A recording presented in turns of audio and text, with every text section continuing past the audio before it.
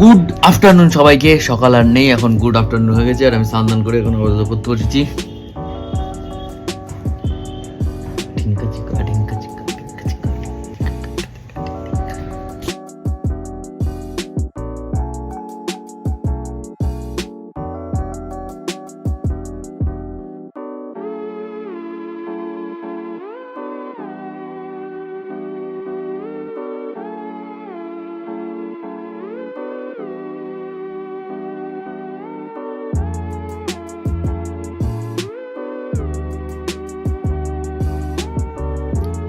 Good evening সবাইকে।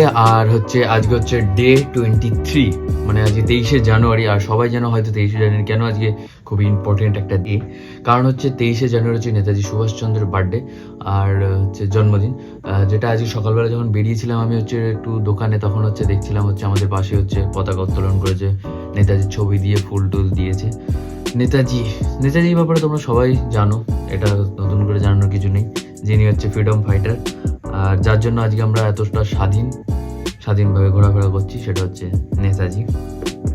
তো তার আজকে বার্থডে। তো স্কুলে যখন পড়তাম তখন স্কুলে একটা করে জিলাপি দিত, তারপর একটা করে লজেন্স দিত, বিস্কুটও দিত, মেরি বিস্কুট দিত। তো এখন তো আর স্কুলে পড়ি না, ফলে সেরকম যাওয়ারও ব্যাপার নেই। কিন্তু এই দিনগুলো স্কুলে খুবই সুন্দর করে পালন হতো ছোটবেলায়। আর এখন আজ 23 তারিখ হয়ে গেছে আর আমার এক্সামের বেশি দিন নেই, 7 দিন আছে, কারণ 30 তারিখে এক্সাম। তো পড়তে বসেছি সন্ধ্যাবেলা এখন পড়তে বসেছি। এখন দেখি কতটা পড়তে পারি। পড়ছিলাম, আরো দেখা যাক কতটা পড়া যায়। আর এইবার কেন জানি না কি যে হচ্ছে এক্সামের, মানে এইবার তো বেশি করে কিরকম একটা হচ্ছে, মানে পড়তেই পারছি না।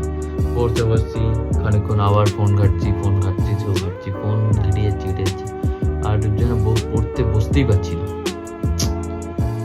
এবার অনেক বেশি হচ্ছে এটা। আগের বার তাও কম হয়েছিল আগের বারের এক্সামে, কিন্তু এবার অনেক বেশি হচ্ছে যে পড়তে বসতেই পারছি না বা মনোযোগ দিতেই পারছি না বইতে। খালি বই নিয়ে বসে আছি, তো এটা করছি, ওটা করছি, মানে পড়তে বেশি পারছি না। তো তোমাদেরও যদি এক্সামের আগে এরকম হয় অবশ্যই আমাকে জানিয়ে কমেন্টে তোমরা জানাতে পারো যে তোমাদের কিরকম এক্সপিরিয়েন্স হয় এক্সামের আগে। তো চলো ভিডিওটা তোমরা দেখতে থাকো, দেখা যাক কতটা পড়তে পারি।